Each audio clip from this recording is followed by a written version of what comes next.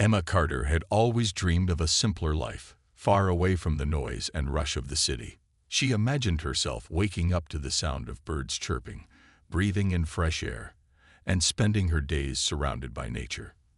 That dream finally came true when she inherited her uncle's ranch, a sprawling piece of land nestled deep in the countryside. The moment she stepped onto the property, she felt like she was home.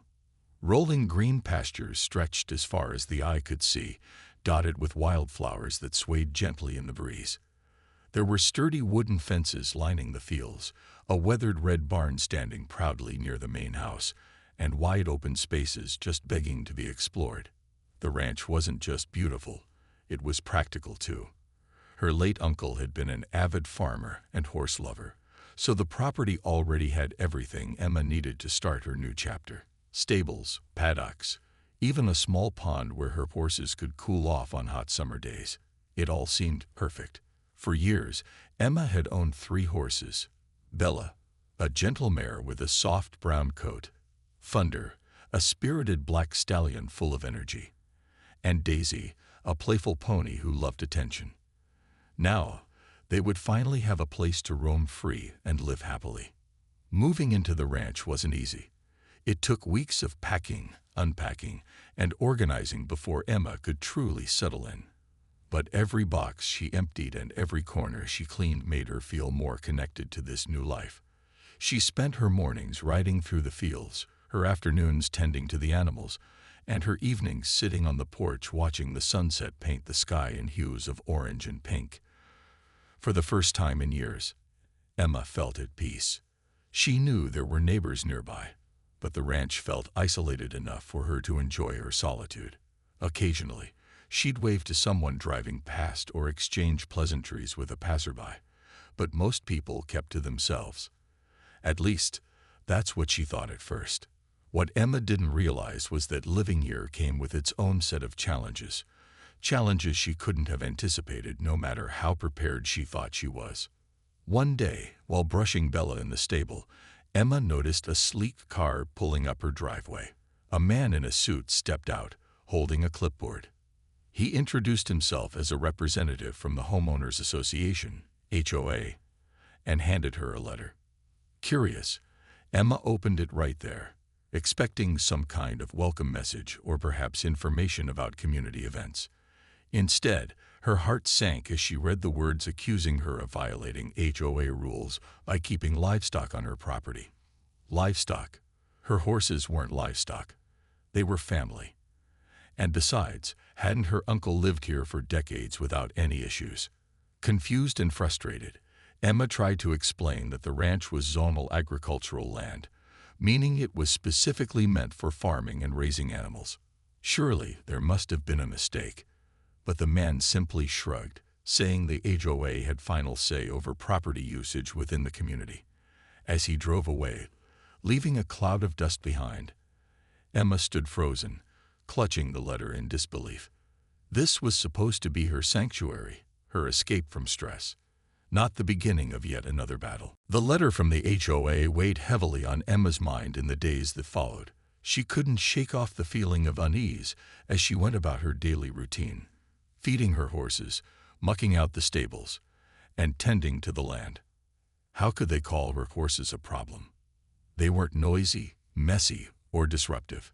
In fact, they were part of what made this place feel alive. Bella grazed peacefully in the pasture, Thunder galloped freely across the open fields, and Daisy playfully trotted alongside Emma whenever she walked outside. To her, they weren't just animals. They were companions who brought joy to her life. Determined to clear up the misunderstanding, Emma decided to dig deeper. She rummaged through the stack of documents she'd received when she inherited the ranch. Among them was a thick folder containing zoning information, property deeds, and other legal papers. Flipping through the pages, she found exactly what she was looking for: proof that the land was zoned agricultural. This meant it was legally designated for activities like farming, raising livestock, and other rural uses. With the document in hand, Emma felt a renewed sense of confidence. Surely, once the HOA saw this, they would drop their accusations and leave her alone. Emma called the HOA office to schedule a meeting, hoping to resolve the issue quickly. When she arrived at their headquarters, a small, bland building tucked away on the edge of the community, she was greeted by a woman named Linda, who seemed more interested in filing her nails than listening to Emma's concerns. Still, Emma did her best to remain polite.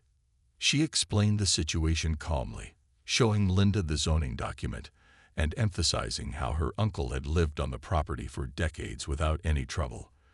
But instead of offering reassurance, Linda simply shrugged and said, "Rules are rules."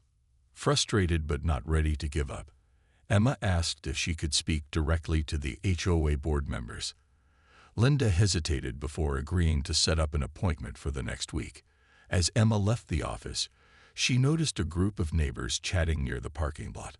Some glanced at her curiously, while others whispered among themselves.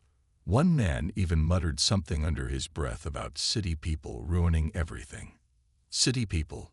Emma had never considered herself one of those. She'd worked hard to adapt to country living, learning everything she could about caring for her land and animals. Why did these strangers seem so quick to judge her?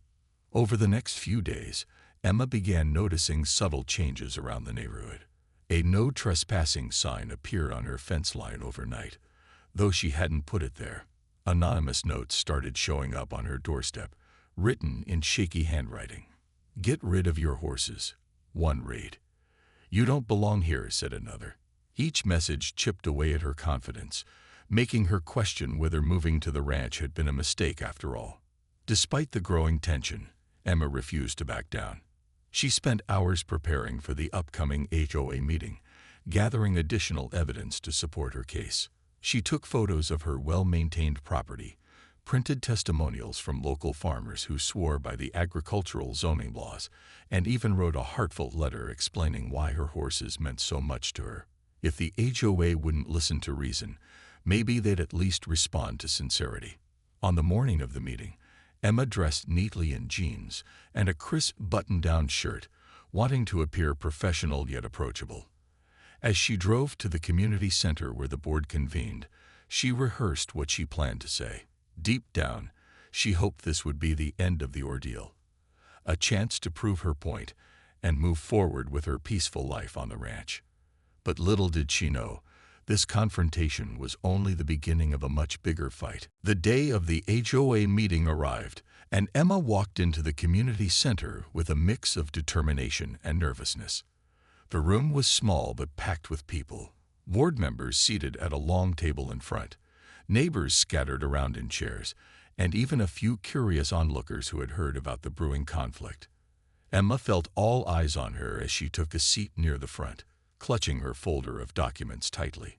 She reminded herself to stay calm and focused. This was her chance to make them understand.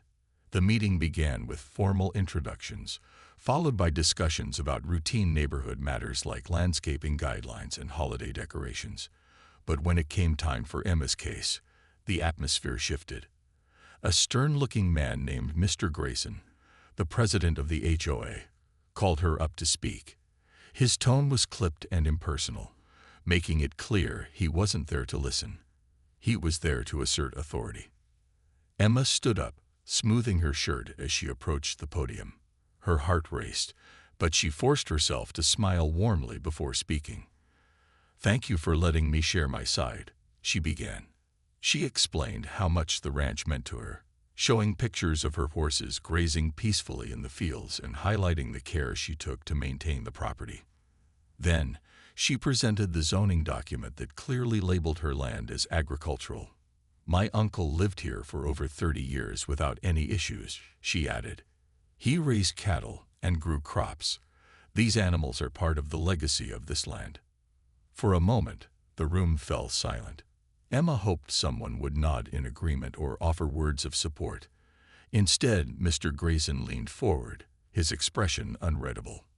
"Ms. Carter," he said slowly, "while your property may be zoned agricultural, our community has specific covenants designed to preserve its aesthetic appeal. Horses, unfortunately, fall under livestock restrictions." Emma blinked, stunned.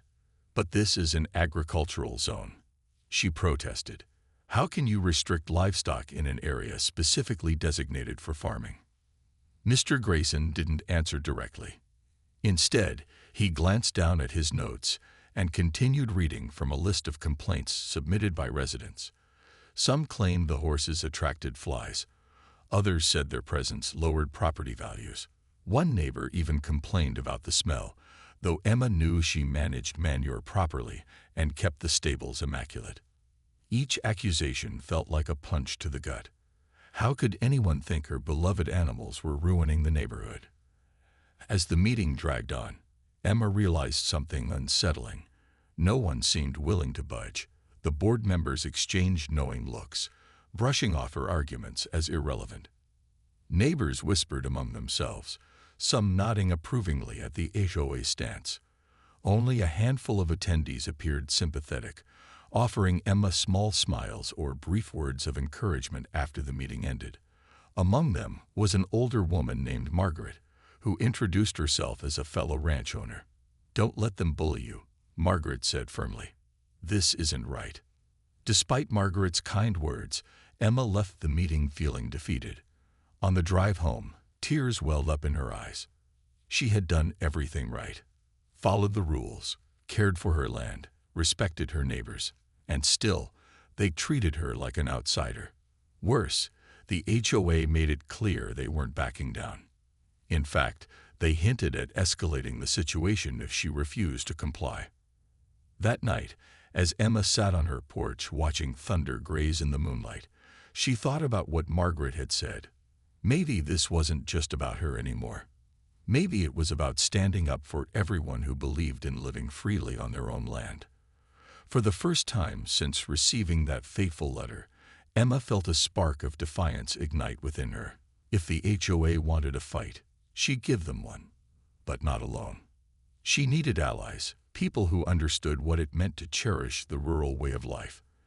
And so, with renewed resolve, Emma began reaching out to other ranch owners in the community, determined to turn frustration into action. Weeks turned into months, and the tension between Emma and the HOA only grew worse.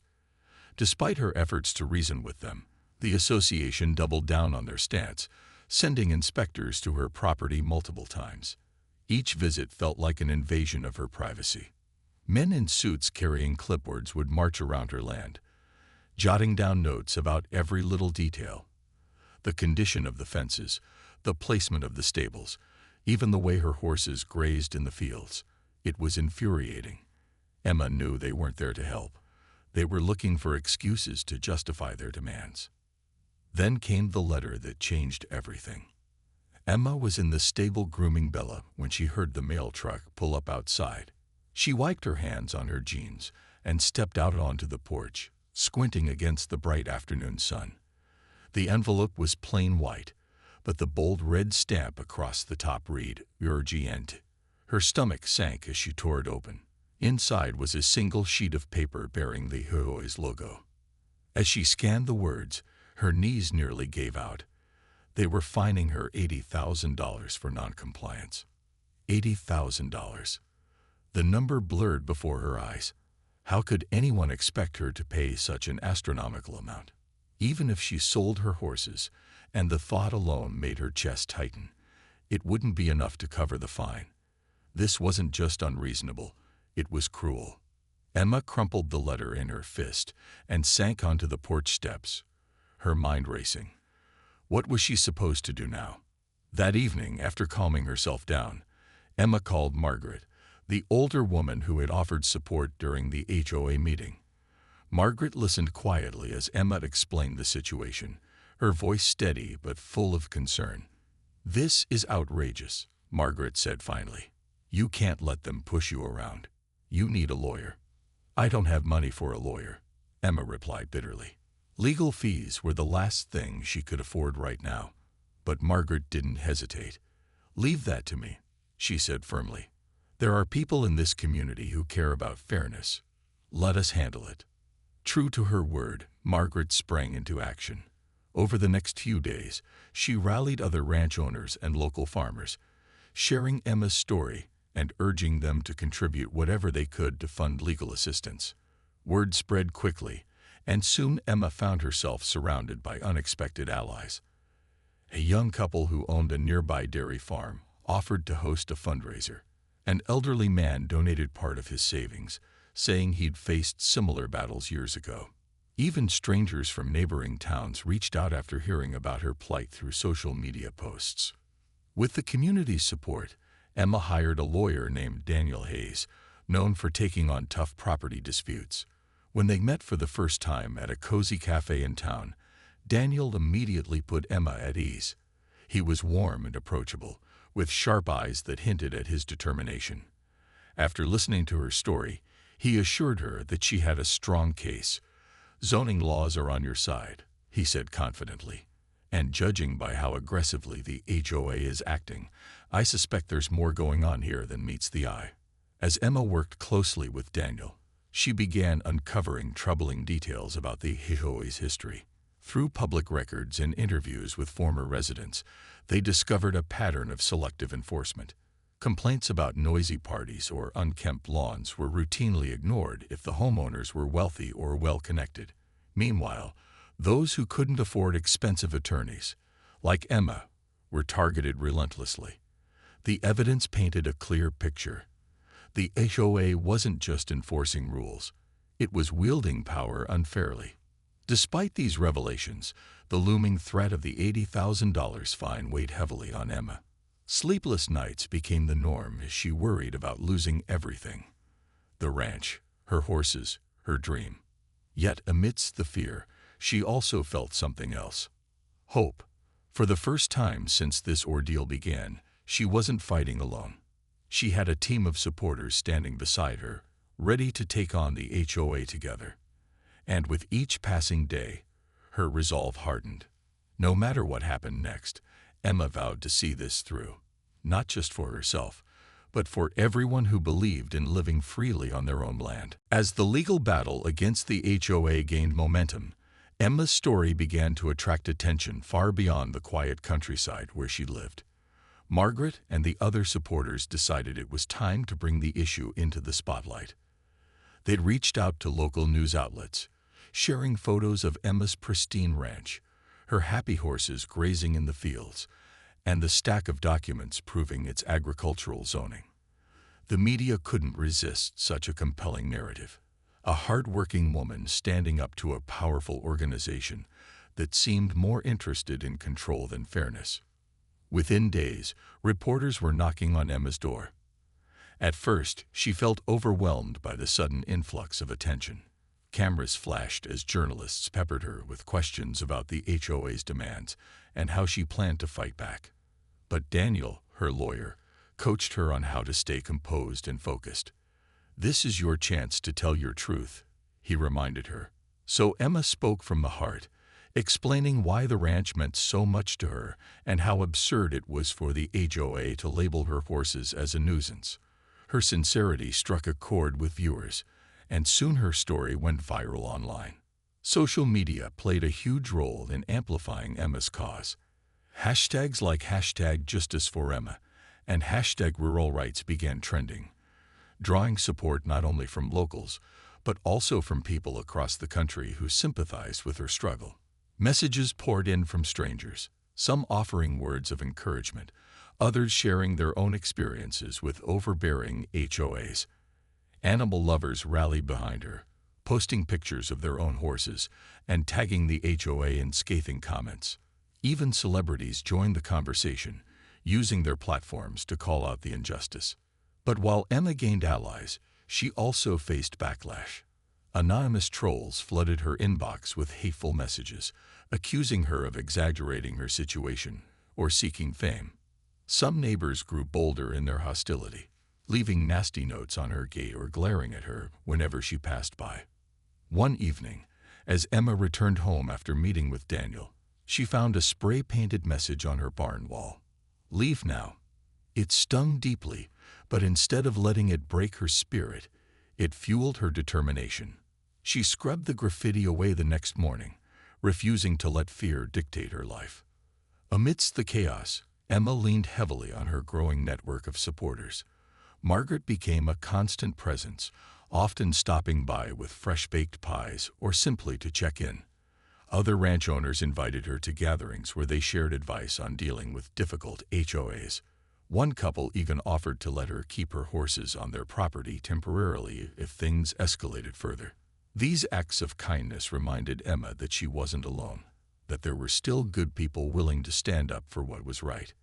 The turning point came when Daniel uncovered damning evidence during his investigation. He obtained internal emails from the HOA board members revealing how they had ignored similar complaints against wealthier residents while aggressively targeting those who lacked resources. There were discussions about increasing fines arbitrarily and even hints of personal vendettas against certain homeowners. When this information was presented to the public, outrage erupted. Critics accused the HOA of corruption, and calls for reform grew louder. Even some of Emma's skeptical neighbors started to question the HOA's motives. A few admitted privately that they'd always suspected favoritism, but never had proof until now. Though not everyone changed their minds about her, the tide was shifting. For every harsh glare or muttered insult, there was a smile from someone dropping off baked goods or waving hello as they drove past. By the time the court date approached, Emma felt a mix of emotions: nervousness, exhaustion, but also hope. She knew the trial wouldn't be easy, and the outcome wasn't guaranteed. But surrounded by her horses, her friends, and her unwavering belief in justice, she felt ready to face whatever came next. This fight wasn't just about saving her ranch anymore. It was about proving that no one should have to live in fear of being bullied out of their home. And Emma was determined to see it through to the end. The day of the trial arrived, and Emma woke up before dawn, her stomach in knots. She dressed carefully, choosing an outfit that made her feel strong yet approachable. A navy blue blouse and jeans, paired with sturdy boots caked in dirt from weeks of working on the ranch. As she stood in front of the mirror brushing her hair, she caught sight of Thunder grazing outside her window. His calm presence reminded her why she was doing this, not just for herself, but for everyone who deserved to live freely on their own land. When she arrived at the courthouse, a crowd had already gathered. Supporters held signs reading "Fairness over Favoritism" and "Protect Rural Living," while reporters jockeyed for position near the entrance. Inside, the courtroom buzzed with anticipation. The HOA board members sat stiffly at one table, their expensive suits and polished shoes contrasting sharply with Emma's practical attire. On the other side, Daniel flipped through his notes confidently, occasionally glancing over at Emma with a reassuring smile. As the judge entered and called the court to order, Emma took a deep breath. This was it, the moment she'd been preparing for. Daniel began by presenting the zoning documents, explaining how the property was explicitly designated for agricultural use. He argued that the HOA's attempts to impose restrictions on livestock violated not only local laws but also basic fairness. Then came the evidence he'd uncovered: internal emails showing selective enforcement, testimonials from former residents who'd faced similar treatment, and photos of pristine properties belonging to favored homeowners despite clear violations of HOA rules. The HOA's lawyer countered by insisting that the association had every right to enforce aesthetic standards to protect property values. They claimed Emma's horses detracted from the community's appeal, citing complaints from neighbors about noise and odors. But when Daniel cross-examined these witnesses, cracks began to show. One neighbor admitted under questioning that he rarely visited the area where Emma's ranch was located, making his claims about noise seem dubious. Another struggled to explain why they hadn't reported similar issues with other farms nearby. Emma's testimony was the emotional heart of the case. When it was her turn to speak, she stepped forward, her voice steady despite the nerves bubbling inside her. She talked about her uncle, the man who had taught her to love the land and care for animals. She described the countless hours she spent maintaining the ranch, ensuring it remained clean and beautiful. And she spoke passionately about her horses, not as livestock, but as family members who brought joy and purpose to her life. "I didn't move here to cause trouble," she said, looking directly at the judge. "I moved here because I believed in the promise of this place, a place where people could live peacefully, work the land, and build a future. What the HOA is doing isn't about protecting the community. It's about control. And I won't let them take that away from me, or from anyone else. Her words resonated deeply, even among some of the skeptics in the room. One woman sitting in the gallery, a neighbor Emma barely recognized, wiped tears from her eyes. Others nodded quietly, perhaps realizing for the first time how unjust the situation truly was. By the end of the day, both sides had presented their arguments, and the judge announced that a ruling would be delivered within 2 weeks. As Emma left the courthouse, surrounded by cheering supporters, she felt a mix of relief and exhaustion. No matter what happened next, she knew she'd fought as hard as she could. For the first time since this ordeal began, she allowed herself to imagine a future without fear, one where she could focus on living her dream instead of defending it. 2 weeks felt like an eternity as Emma waited for the judge's ruling. Each day dragged on, filled with restless nights and anxious mornings. She tried to keep busy by working on the ranch, repairing fences, grooming her horses, and planting new wildflowers along the driveway. But her mind kept drifting back to the courtroom. What if the judge sided with the HOA? Would she lose everything she had worked so hard to build? The thought was suffocating, but Emma refused to give in to despair. Instead, she leaned on the support of her friends and neighbors who had stood by her throughout the ordeal. Finally, the day came. Emma received a letter notifying her that the court's decision would be announced at 10 a.m. sharp. Dressed in the same navy blue blouse she'd worn during the trial, she arrived early at the courthouse, accompanied by Daniel and Margaret. The room was packed once again, buzzing with anticipation. Reporters scribbled notes furiously, while cameras clicked away, capturing every moment. As the judge entered and took his seat, the room fell silent. The judge cleared his throat and began reading his verdict. After careful consideration of all evidence presented, he said, his voice steady and authoritative, "This court finds in favor of Ms. Emma Carter." A collective gasp rippled through the gallery. Emma's knees nearly buckled as relief washed over her. The judge went on to explain that the HOA's actions were not only inconsistent with zoning laws, but also demonstrated clear bias and selective enforcement. He declared the $80,000 fine null and void, adding that the association must reimburse Emma for legal fees incurred during the case. But the judge wasn't done yet. In a landmark move, he ordered sweeping reforms within the HOA, mandating transparency in rule enforcement and requiring regular audits to ensure fairness. Board members exchanged uneasy glances, their faces pale with disbelief. For years, they had operated unchecked, wielding power without accountability. Now, they faced consequences and public scrutiny that would force them to change their ways. As the gavel struck the desk, signaling the end of the hearing, cheers erupted from Emma's supporters. Strangers hugged her, congratulating her on her victory. Margaret clasped her hands tightly, tears streaming down her face. Even Daniel couldn't hide his grin as he shook Emma's hand, saying, "You did it. You really did it." Outside the courthouse, reporters swarmed around Emma, eager for her reaction. This time, she didn't hesitate. Standing tall, flanked by her lawyer and her closest allies, she addressed the crowd. "This fight wasn't just about me or my horses," she said, her voice strong and unwavering. "It was about standing up for what's right, for protecting our homes, our land, and our way of life. Today, we proved that no one is above the law, not even an HOA. I hope this sets an example for communities everywhere." Her words earned thunderous applause, and the story quickly dominated headlines nationwide. Neighbors who had once criticized her now approached her with apologies, admitting they had misjudged her. Some even offered to help mend fences, not just literally, but figuratively. As a gesture of goodwill, Emma accepted graciously, knowing forgiveness was part of healing. In the weeks that followed, life on the ranch slowly returned to normal. Without the looming threat of fines or eviction, Emma could focus on what mattered most, caring for her horses and nurturing the land.